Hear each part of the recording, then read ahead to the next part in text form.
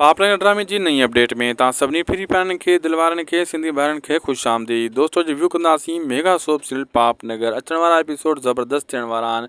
तव्हां ॾिठो त मनठार पंहिंजे गुनाह जी सज़ा पियो लोड़े ऐं होॾां ॾिठो तव्हां शिरदिल ठाह कराए मल्हार वारनि जो ग़म दिल जो ऐं मिठड़ वारनि जा ठाह थी चुका आहिनि।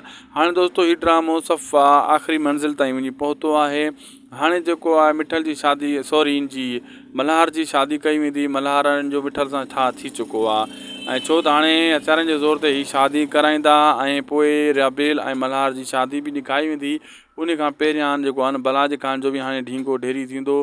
ड्रामो बिल्कुलु दोस्तों हाणे वाइंडअप जे वेझो वञी पुॻो आहे ऐं जेका बलाज ख़ान कमु कया बलाज ख़ान जे वाठे बि उहे कमु कया ऐं वाठे यानी मनठार सज़ा लोड़े पियो जेका हुन ग़लती कई जेको हुन गुनाह कयो। यानी त बुरे जो नतीजो बुरो ई हूंदो आहे सियाणा चवंदा आहिनि। त अहिड़े हिसाब सां नूरे बि पंहिंजी सज़ा लोड़ी माफ़ी वठी मिठल खां जान चराई।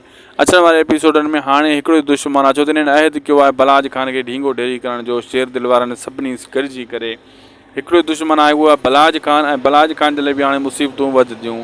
असांखे ॾींदा इजाज़त उदासी टेक यूट्यूब चैनल खे ज़रूरु सब्सक्राइब लाइक शेयर कंदा। मिलंदासीं तव्हां सां कंहिं ॿिए ज़बरदस्त धमाकेदार वीडियोज़ में।